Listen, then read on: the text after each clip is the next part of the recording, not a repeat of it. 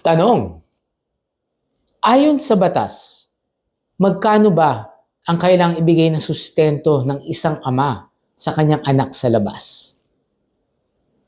Ang sagot, wala namang nakasaad sa batas kung merong particular amount o porsyento o bahagdan ng suporta na kailangang ibigay ng isang ama kada buwan. Instead, sabi ng Article 201, nakabata ito dun sa kakayanan ng ama na magbigay ng suporta at pangangailangan ng anak. Binabalance ito. At syempre, kung hindi kakayanin o lubos na mahihirapan yung ama, hindi siya pwedeng puwersahin na magbigay ng ganung kalaking halaga. Pero naman, kung kaya naman niya magbigay ng malaking halaga ng suporta at yung anak malaki rin naman yung pangangailangan, magbibigay siya ng mas malaking sustento.